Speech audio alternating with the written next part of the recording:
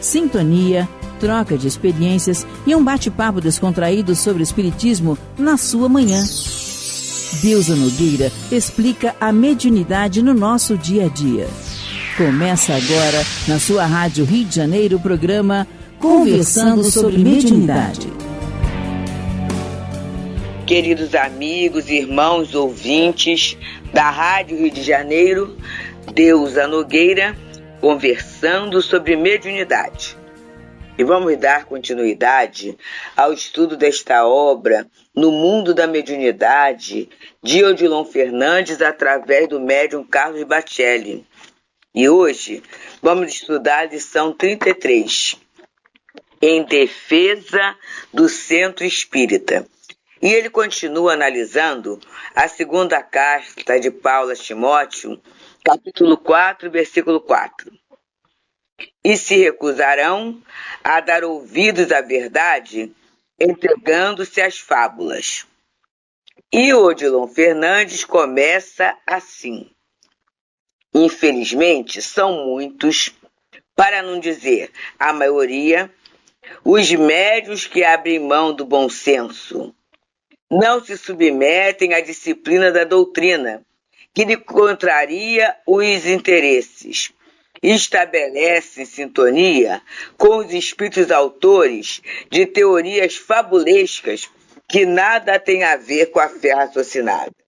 Meus queridos, agora mesmo o programa gravado, e eu conversava com uma irmã falando, da confusão de uma outra querida amiga envolvida em dificuldades de administração financeira. Não é a dificuldade financeira é uma coisa, A pessoa está com uma despesa de doença ou ganhando menos. A outra questão é a administração. A pessoa tem recursos, mas está numa questão de desequilíbrio. E aí a irmã falou assim, é difícil ajudar, porque agora é tomar banho disso, banho daquilo. Eu não estou desrespeitando esses rituais. Só estou falando que na doutrina espírita nós não temos, no exercício da mediunidade, esta orientação. E aí a pessoa está gastando muito, porque ela não conhece e sempre aparece alguém para administrar o serviço. Essa administração é paga, é cara, e aí a pessoa colocava, como é difícil a gente ajudar. Quer dizer, porque a nossa fé é raciocinada. Talvez o momento de um atendimento fraterno, talvez o momento de uma consultoria financeira, como temos tantos consultores que ajudam, talvez o momento de ler uma obra. Nós temos obras que falam sobre essa questão de sair do vermelho, de aprender a administrar o recurso. Mas aí aparece alguém que fala um pouco mais, oferece algo mais rápido. São as teorias fabulescas. E esse oferecimento acaba explorando, infelizmente, a situação da pessoa vai ficando mais difícil do que antes. Então ele coloca, às vezes uma maioria, não tem nada demais eu fazer esse sortilégio, o que tem? E a gente não está falando que tenha de mais ou de menos, mas muitas vezes é um investimento do nosso tempo, um investimento da nossa possibilidade, em outras ocasiões até o investimento da nossa paz. A gente trocar a paz por uma questão fantasiosa, quando a nossa fé é raciocinada. E há questões que nós já temos dentro do planeta, dentro dos recursos, há diferentes terapias, porque vai abrindo para a própria orientação material, segura, confortável, fechadinha. Então, ele diz que, infelizmente, são muitos que enveredam por esse caminho. Continua Odilon Fernandes. No mundo espiritual, Conforme dissemos a Lourdes, existem espíritos independentes que controlam uma infinidade de médiuns. Espíritos que invadem a seara espírita e começam a impor os seus pontos de vista, como se tivesse autoridade para falar em nome da doutrina. Muito interessante, gente. Espíritos independentes. E aí a gente começa a ter cuidado com as ideias próprias, né? Eu não estou falando da orientação da coluna espiritual da casa. Mas muitas vezes a gente vê ideias, orientações, sugestões que vão de encontro ao que o livro dos médiuns fala, ao que o Evangelho fala, quer dizer, independência mesmo de ideias.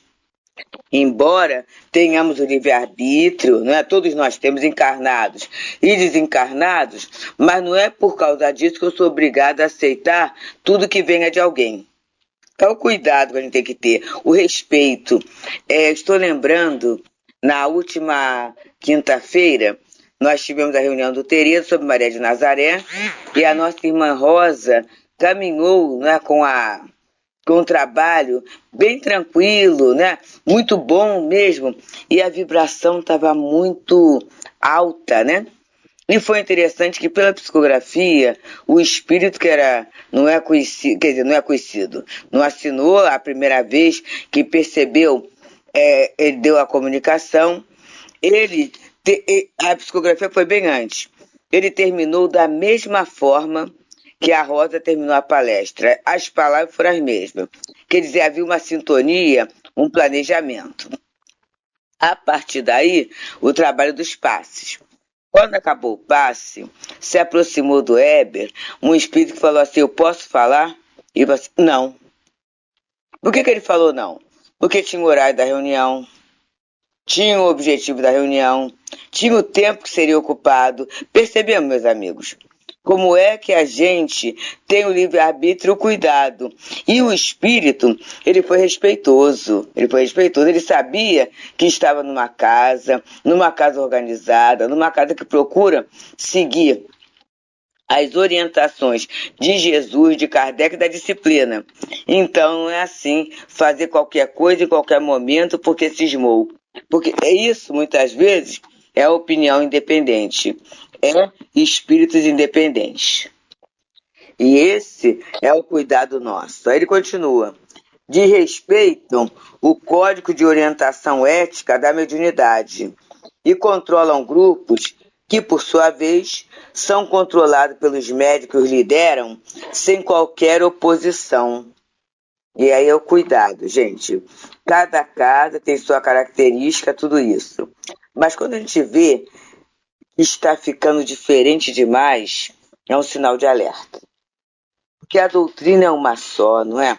Então o compromisso da divulgação, da própria tarefa mediúnica, do serviço social, segue uma linha de condução bem antiga. Aí a gente pensa assim, mas o que pode ser modificado? O que pode melhorar? Tem questões de evolução. Então, a gente tem hoje o auxílio da internet, né? A gente não precisa mais estar usando máquina de escrever. A gente tem o auxílio de alguns arquivos. A gente não precisa ter tanto papel. A gente tem o próprio serviço social num crescimento muito grande, pode auxiliar a gente nas tarefas de educação, da promoção social, de estar perto do outro, né? Então nós temos, assim, recursos trazidos pelo progresso que podem ajudar no desenvolvimento da tarefa espírita, no operacional. Mas a base, a essência, é doutrina espírita. E aí, muitas vezes, o médium, né, a direção da casa, deixa de ser controlado por essas situações, principalmente, meus amigos, quando a decisão fica na mão de uma única pessoa. Aqui no Tereza, quando começa algumas situações assim difíceis, a gente fala assim, olha só, gente, são 10 pessoas na diretoria. E aí, quando é uma questão bem pontual, né? Olha, vamos reunir a diretoria para conversar e tudo. Por quê? Porque muitas vezes vem de uma forma agradável, muitas vezes é de uma forma até para ajudar a casa. Mas é algo que vem de uma cabeça só. E se aquela pessoa que o outro, por conhecer ou por julgar que é apto, tomar a decisão, as situações não dão certo. Não dá certo. A pessoa vai fazendo e vai deixando ali. Então vamos ter o cuidado, não é? E aí ele continua.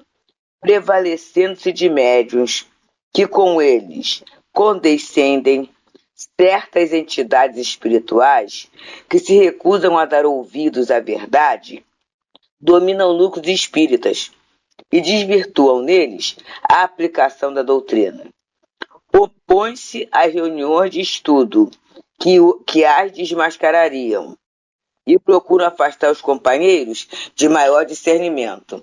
Então, às vezes até gerando uma disputa, né? A gente aqui trabalha, a gente não estuda. Ou então, traz um estudo levinho, porque senão afasta aquele colaborador que contribui muito. E quase sempre, gente, a pedra de toque é o trabalho social. Aí, não, é fora da caridade não há salvação. E aí eu só falo que fora da caridade não há salvação. Está atrelado ao trabalho material. Eu só consigo falar isso quando eu não li o texto do Evangelho. Porque se eu olhar o texto do Evangelho, o capítulo inteiro, o capítulo 15, eu vou ver caridade material, vou ver caridade moral, eu vou ter muitos elementos até para desenvolver em nossas casas essa noção de trabalho como ocupação útil, como algo bom para a mente. Então, ocupação útil é também sentar e estudar. Ocupação útil é a gente se capacitar e saber do que a gente está falando.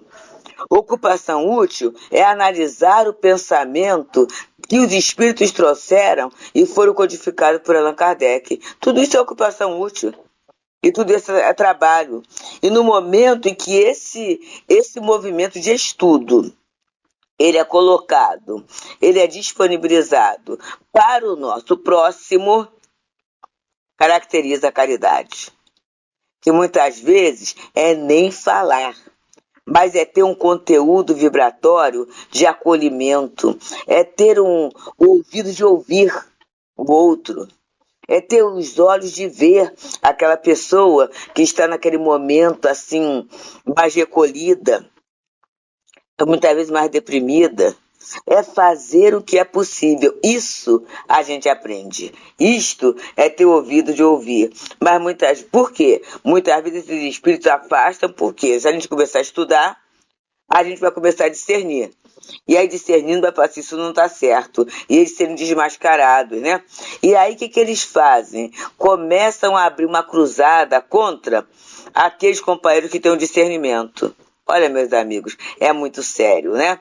É muito sério mesmo. É por isso, então, que o nosso querido Odilon Fernandes, nesse livro, No Mundo da Mediunidade, através do médium Carlo Pacelli, na lição 33, em defesa do Centro Espírita, ele nos diz, analisando a segunda epístola de Paulo a Timóteo, capítulo 4, versículo 4. E se recusarão a dar ouvidos à verdade, entregando-se às fábulas. E ele continua. Eis um tópico que merece uma abordagem mais demorada. Se a casa espírita não tem proprietário, se pertence à comunidade, os irmãos sinceros, na defesa dos postulados espíritas, não devem ceder em seus direitos, opondo-se fraternalmente aos que intentam tomar o templo de assalto. Que se reúnam em conselho e discutam, entendendo que humildade não é conformismo. Nós passamos por um momento aqui, até no trabalho social, né? E a gente sabe da disciplina, não é? Da diretriz que é dada na tarefa e tudo. E num determinado momento, uma pessoa, lá no meio do trabalho, né, na rua, falou assim, venham, me acompanhem, porque tinham outras 3 pessoas. Só que essa pessoa, ela não foi treinada para isso. Não foi dada autorização, percebemos a autonomia. E aí, algumas, quem já conhecia o trabalho não foi, mas naquele momento tinham 2 pessoas novas que acompanharam. E aí, naquele momento, foi falado, né, na avaliação do trabalho, que não era para fazer, a pessoa, mas eram 3, aí a responsabilidade do trabalho. Mas eram 200 e pouco que estavam esperando, e foi falado isso. E aí o companheiro se afastou da casa. A gente lamenta, gente, a gente lamenta. Mas se a gente agasalhar a indisciplina em nome da humildade, a gente vai desvirtuando a casa. E daqui a pouco, a gente não tem mais a casa estruturada conforme ela precisa ter. Então, é sempre muita atenção, muito cuidado. E ele continua falando. Os que se omitem nos destinos do grupo mediúnico, a pretexto de tolerância e simplicidade, estão facilitando a ousadia das trevas. Isso é muito sério. E aí eu vou falar aqui do grupo mediúnico do Teresa d'Ávila, né? Do grupo mediúnico do CELD, em termos da desobsessão. A gente não pode se omitir. A gente não pode se omitir mesmo, né? Ah, mas vamos tolerar tudo isso? A gente começa a facilitar a entrada das trevas, ao que é ousada. E é fácil, por quê? Porque é algo que tem a ver com o nosso pensamento, com o nosso sentimento, com as nossas dificuldades ainda, porque não somos médicos, nem espíritos, nem espíritas perfeitos. Tem as dificuldades nossas. Então, a gente, em nome da tolerância, a gente acaba atrapalhando. A gente tem falado muito isso. O trabalho está acima de nós. Acima dos nossos caprichos, acima dos nossos melindres. O trabalho está acima de nós. Então, a gente não pode deixar que situações comprometedoras continuem ocorrendo. E continua Odilon Fernandes nos falando. Aceitaríamos, porventura, que a nossa casa fosse invadida e que não mais tivéssemos voz ativa dentro dela? Tá, ele está falando nossa casa, onde a gente mora. Será que a gente gostaria disso? Aí a maioria de nós, né, teve um trabalho para estruturar sua casa física, para ter um local para morar, ou pagando aluguel, da forma que for, mas tem um lugar de tranquilidade, um lugar de pouso. Aí, de repente, entra alguém e começa a mudar tudo, a fazer o que quer. A gente gosta. Com certeza, não é assim, não é assim que a banda toca. Não é isso? E aí vamos pensar, então, na casa espírita. Como é que a gente sente, como é que a gente gostaria do funcionamento da casa espírita? E continua, então, Odilon Fernandes. Aceitaríamos, porventura, que a nossa casa fosse invadida? E ele diz, então, o patrimônio espírita, inclusive o material, há de ser preservado, porquanto o espaço de uma instituição espírita, por mais diminuto que seja, é um ponto de referência importante para a doutrina. É assim, né, gente? A casa é espírita. Aí vai tendo as questões, a gente fala até do Teresa, né? Que a gente até brinca, esse é o barraquinho de Teresa d'Ávila. Porque é um espaço, né, que ainda não foi construído materialmente, totalmente, né? A gente está aproveitando o espaço de uma casa antiga, mas tem que ser preservado, gente. Tem que ser limpo, tem que ter cuidado com desperdício. A gente sempre fala assim, a casa sobrevive de doações. E aí nós temos um dos tesoureiros do Telésio que ele fala, até 1 centavo tem que ser honrado. Então a gente não pode sair gastando assim, porque é doação, porque tem, não. Então se pesquisa preço, se faz as questões e o cuidado da preservação. Deixar o material na chuva, não é? Essa questão toda é o cuidado que se tem. Às vezes as pessoas não têm esse cuidado nas suas casas. Até não entendendo que a casa material que nós temos, a compramos, trabalhamos, mas foi uma concessão de Deus, porque quantos não tem?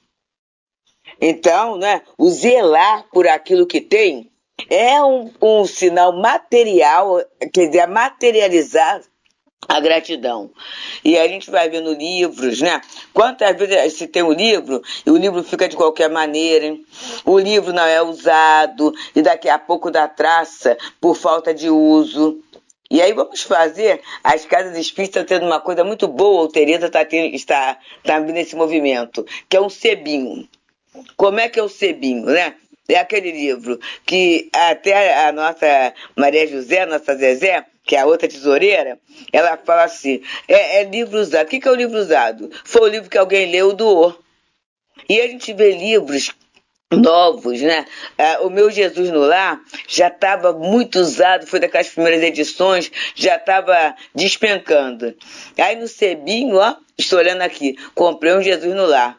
Agora eu já vi um outro, que é de Amélia Rodrigues, acho que é a Flores no Caminho, que o meu está muito ruim mesmo, já tá? Porque a gente de tanto ler, de tanto pegar, né? E de tanto até divulgar, os livros também vão, coitadinho, não aguentam mais, né? Aí eu já vi lá falei assim, opa, vou pegar. Quer dizer, a gente ajuda a casa. Quem doou também está cuidando, né, para que a sua casa não se torne um depósito de traça, de coisas estragadas, de coisas que não usa. Está circulando a energia, como a gente fala, né?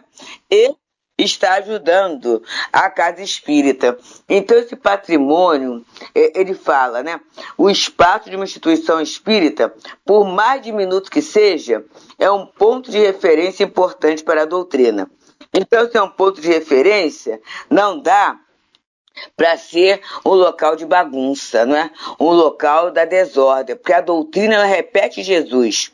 E Jesus é o mestre do amor, do acolhimento, né? É o mestre da verdade, é a maior representação de Deus que nós tivemos aqui na Terra encarnado. E aí continua Odilon Fernandes. Os apóstolos em Jerusalém defenderam a casa do caminho, da qual, inúmeras vezes, as trevas tentaram se apossar. Aquele abençoado núcleo do cristianismo nascente não poderia cair nas mãos dos adversários do Cristo, sem que as atividades iniciais do Evangelho sofressem duros reveses. Olha só. Olha o cuidado dos apóstolos em Jerusalém. Inclusive até a cautela que eles tiveram de não aceitar Paulo logo. Por quê? Eles não sabiam, eles tinham uma notícia do Paulo, né? Mas eles não sabiam o que Paulo da reforma. Então eles tiveram cuidado, se reuniram em conselho para saber se poderiam aceitá-lo ou não. Isso é cuidado da casa. Isso é cuidado. Aparentemente, parece, né, que não está tendo tolerância, não está tendo a simplicidade, a arrogância, mas não é não. É cuidado, é defesa. E continua Odilon Fernandes falando que, pois, os frequentadores e os conselheiros que integram a diretoria e a vigilância espiritual do Centro Espírita se conservem atentos, proibindo a ação de médiuns que, não raro, pretendem o patrimônio da casa. Nesse sentido, que o estatuto que rege o destino da instituição, devidamente redigido e registrado em cartório, conte com cláusulas que a preserve da ambição, dos que, eternizando-se no poder, anseiam por eternizar suas ideias, fazendo o espiritismo a sua moda. Que a democracia impere na casa espírita e que o rodízio entre os elementos que lhe constituem a diretoria impeça o aparecimento de quistos administrativos. Todavia, que sempre impere o bom senso e a fraternidade e, sobretudo, a autoridade moral de seus líderes. A mediunidade mal orientada numa casa espírita é a principal porta de entrada para a obsessão. Que o Senhor nos abençoe, que a gente possa estar muito atento, valorizando esse presente que a espiritualidade colocou em nossas mãos, que é a casa espírita. Muita paz. Deusa Nogueira explica a mediunidade no nosso dia a dia. Programa Conversando sobre Mediunidade.